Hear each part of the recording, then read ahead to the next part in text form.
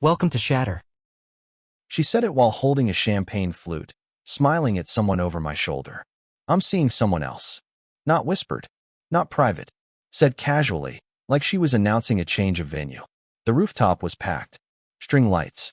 A skyline behind us. Her latest event launch. Clients, influencers, vendors from all over the city. I had sponsored the coffee bar through my chain, Brew District. My logo was printed on the menus she had approved. She didn't look at me when she said it. She looked at him. Ethan Cole leaned against the railing, jacket too tight, laughed too loud. A nightlife promoter with perfect stubble and a reputation that followed him from club to club. I had shaken his hand dozens of times. I had paid for his espresso more times than I could count. She knew I never liked him. She knew I tolerated him because she liked the noise around him. I set my glass down on a high table. I nodded once. Thank you. That clarifies everything. I said it evenly. Not loud. Not soft. Just enough for her to hear. Just enough for him to stop smiling for a second. She blinked. That wasn't the script. Emily liked reactions. She liked heat. Anger meant I cared. Jealousy meant she still had leverage. That had been her pattern since we were dating. Push, watch, pull back. But this time she didn't get a rise out of me. Ethan's hand drifted to the small of her back like it had been there before. Not awkward. Not hesitant. Familiar. Around us, conversations continued. Laughter. Glasses clinking. Someone complimented the lighting design. A photographer snapped photos of Emily and Ethan together as if they were co-hosts. I watched her lean in toward him. Not for balance. For proximity. Then I saw it. His phone lit up when he pulled it from his pocket. A lock screen photo. Not a landscape. Not a logo. It was her. Not from tonight. Different dress. Different setting. Intimate framing. His arm visible in the corner of the shot. That wasn't a test. I picked up my jacket from the back of a chair. I didn't say goodbye. I didn't create a scene. I walked past my own branded coffee station and down the stairs into the street. Behind me, I heard her laugh again. Louder than before. I didn't look back. The next morning, I opened the flagship cafe before the staff arrived. The grinders hummed, milk steamed, and the city moved outside the windows like nothing had shifted. Inside, everything had. My phone buzzed while I was reviewing inventory reports. A message from Emily. No apology. No explanation. Just a short line saying she hoped I had not taken what she said too seriously, that it had been a way to see if I still cared. I left it unread. By noon, I had already called my attorney. We had structured most of our assets cleanly when Brew District expanded. The condo lease had been tied to a holding company under my management. Her name had been added later for convenience. That convenience ended before my second cup of coffee. I requested the property be moved to rental status. Her authorization was revoked through the management portal. The shared credit accounts were separated through the banking app. Automatic notifications were sent out without emotion, without commentary. In the afternoon, Marcus, my operations manager, stepped into my office holding a tablet. He hesitated before speaking. He said he had been at the rooftop last night. He said people had noticed. He did not need to explain what that meant. He also mentioned something else. Ethan had been bragging for weeks at after parties, hinting that he was close to someone married, someone connected to money but bored. Marcus had not told me before because he assumed it was just noise. It was not noise. I thanked him and told him to focus on the new location opening. He studied my face, maybe expecting anger, maybe expecting a reaction. I gave him neither. By evening, Emily's access badge for my offices stopped working. The system logged the denial automatically. A small red notification appeared on my screen confirming the change. She called once. I let it ring out while I locked up the cafe and turned off the lights. For the first time in years, I drove somewhere without telling her where I was going. I did not go home that night. Instead, I checked into a boutique hotel a few blocks from our condo, a place I used for out-of-town investors. The receptionist recognized me and handed over the key without questions. I appreciated that. From the window, I could see the top floors of our building. Lights on in the living room. Movement behind the curtains. I did not zoom in. I did not need to. My phone vibrated again. This time it was not Emily. It was a group notification from one of our shared event chats. Vendors confirming timelines, stylists asking about access. Her name popped up repeatedly, directing people, tagging Ethan in a comment about after-hours coordination. I exited the chat. Then the others. No announcement. No explanation. My name disappeared from the thread, leaving a small system message behind that everyone could see. Marcus texted privately, asking if everything was okay at home. I told him operations would continue as planned, and that he had full authority to approve expenses under a certain limit. He responded with a short acknowledgement and nothing else. Late in the evening, Emily finally called again. I let it ring twice before answering. I did not greet her. She said I was overreacting. She said it had been a joke that went too far. She said Ethan was just part of her world and that I knew how those scenes worked. She mentioned that she had tried to get into my office earlier and her badge had failed. I told her the access settings had been updated. My voice stayed level. She went quiet for a second. Then she asked if I was serious. I told her she had said she was seeing someone else, and I believed her. Silence stretched between us, heavy and unfamiliar. When she asked where I was, I told her I was fine. I ended the call before she could ask again. Across the street, a car pulled into our building's garage. A few minutes later, the living room lights went out. By morning, the property management company had confirmed the transition. The condo was officially listed for executive rental under my holding company. Emily received the automated notice the same way any tenant would. No emotion in the language, just policy. An hour later, my phone lit up with her name again. This time there was no controlled tone. She said she had opened her email and thought it was a mistake. She said her access to the building parking had been restricted to resident-only status without guest privileges. She asked why the lease was being restructured. I told her the property was now an asset, not a shared space. She said I could not make decisions like that without talking to her. I reminded her that she had told me she was seeing someone else. I told her I was simply aligning my life with that information. She tried to shift her voice back into something softer. She said she had only wanted to see if I would fight for her. She said most men would have reacted differently. I told her I was not most men. After I ended the call, I met with my attorney again. We reviewed joint utilities, insurance policies, subscription services, anything that connected us operationally. By midday, every shared account had been separated or reassigned. Notifications went out one by one. In the afternoon, I stopped by one of the smaller brew district locations. The staff greeted me the same as always. Orders moved across the counter. Music played low, and the smell of roasted beans filled the air. I stayed longer than usual, talking to customers, adjusting displays, reviewing numbers. My phone buzzed repeatedly in my pocket, but I did not check it. That evening, Marcus forwarded me a screenshot from social media. A photo from a private event. Emily in a black dress, Ethan behind her, his hand resting on her waist again. The caption mentioned, "New beginnings."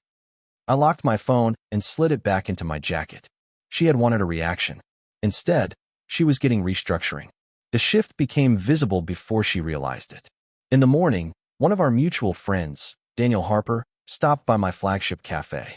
He owned a marketing firm that had handled several of Emily's larger corporate contracts. He ordered his usual and waited until the line cleared before speaking. He said he had attended Ethan's latest private party. He said Ethan had been talking loudly about a new chapter with someone married, someone whose husband was too calm to notice what was happening. Daniel did not smile when he repeated it. He said a few investors had overheard and were questioning their future involvement. I listened without interrupting. I thanked him for telling me. By midday, I made 2 quiet calls. The first was to a venue owner who rented space for many of Emily's events. I informed him that Brew District would no longer sponsor or supply coffee services for any function connected to Ethan Cole's promotions. I did not explain why. I simply cited brand alignment. The second call was to Daniel. I told him my marketing budget for the next quarter would increase, but it would be directed toward community-focused campaigns, not nightlife collaborations. He understood the message.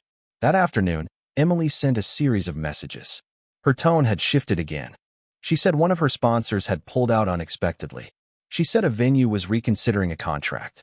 She asked if I had spoken to anyone. I told her my business decisions were separate from her personal life.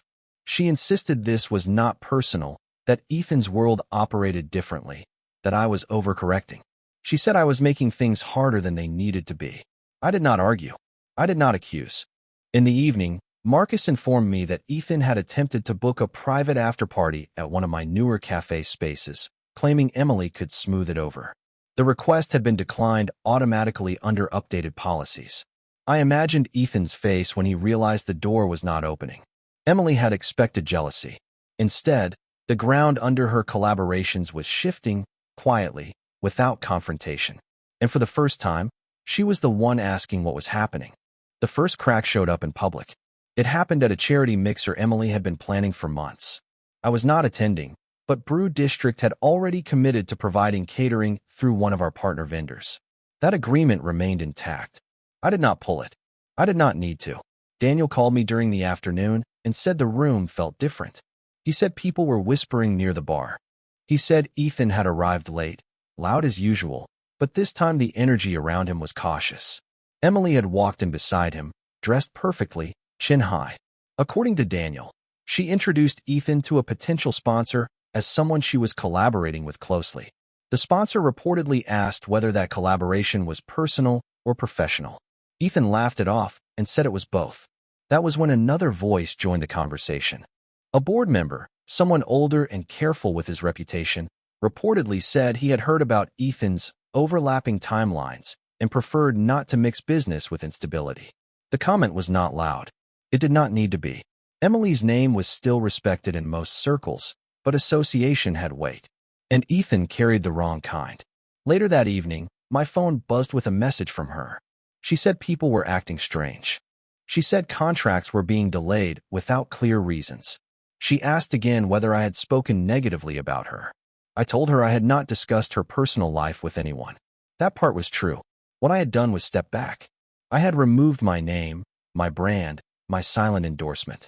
Without that shield, the scrutiny landed directly where it belonged. By night, a photo from the mixer circulated online. Emily stood slightly apart from Ethan, her smile thinner than usual. The comments were polite but restrained. The enthusiasm that once followed her posts had cooled. For the first time since that rooftop, she was not performing control. She was trying to regain it. She came to the flagship cafe in the afternoon without warning. I saw her through the glass before she stepped inside. No event crew, no photographer, no Ethan. Just her, sunglasses on, moving slower than usual. The bell above the door rang and a few customers glanced up, recognizing her from social media. I stayed behind the counter, finishing a conversation with a regular. I did not rush. I did not change my pace. When she reached me, she removed her sunglasses and placed them carefully on the counter, as if this were a meeting she had scheduled. She said we needed to talk somewhere private. I told her the office was no longer accessible to her. If she wanted to speak, we could sit at one of the tables. Her jaw tightened for a moment before she nodded. We sat near the window where anyone walking by could see us. She leaned forward and lowered her voice. She said things were spiraling beyond what she had expected. She said Ethan was not handling the pressure well, that sponsors were hesitating, that rumors were growing. She said she had never meant for it to go this far. I listened without interrupting, my hands wrapped around a cup I had not touched. She said she had only wanted to feel something from me. She said I had been distant for months, buried in expansions and leases. She said telling me she was seeing someone else had been a way to wake me up. I asked her one question. I asked whether she had been with him before that rooftop. She hesitated. That was enough. She said it had only happened a few times. She said it had not meant anything serious. She said it was physical, that it was about attention. A customer approached our table to compliment the cafe. I thanked him and answered a question about a new blend while she sat there, waiting. When he walked away, I stood up. I told her I hoped she found what she was looking for. Then I returned to the counter. The unraveling did not happen in one dramatic collapse. It came in smaller losses that added up. A few days after she came to the cafe, Daniel called again. He said one of Emily's largest corporate clients had postponed their annual gala indefinitely. The official reason was budget reassessment. Unofficially, they did not want their brand tied to ongoing rumors. Ethan's name had surfaced in a dispute over an unpaid venue balance, and investors were pulling back. That evening, Emily sent me a long message. She said Ethan was under pressure, that he was blaming her for distancing sponsors. She said he accused her of bringing scrutiny into his world. She wrote that he had started missing meetings, that he was less responsive, less present. I did not reply. The next morning, I received a call from the property management company. Emily had inquired about extending her stay in the condo under the new rental terms. She had asked whether the rate could be adjusted given shared history. The answer had been no. Later that day, she showed up at the building where I was reviewing plans for a new brew district location. She waited in the lobby until I finished with the contractor. When I approached, she looked smaller than she had at the rooftop. She said Ethan had stepped back from their arrangement. She said the pressure had been too much for him. She said what they had was never built for real life. I asked if she was still seeing him. She looked away before answering that it was over. There were no tears, no raised voices, just the sound of elevators moving and people passing by. She said she had made a mistake trying to test me. She said she thought I would fight, that I would show up louder, that I would pull her back. I told her I had shown up in the only way I believed in. She asked what that meant. I told her it meant I stopped standing where I was not respected. She did not argue with that.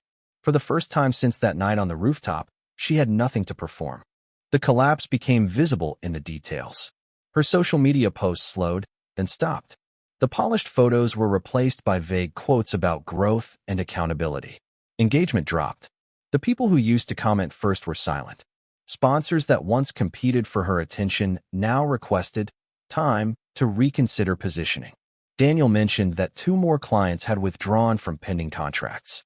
He said no one was attacking her directly. They were simply choosing distance. Ethan's name surfaced again, this time attached to a dispute with a venue over unpaid promotional guarantees.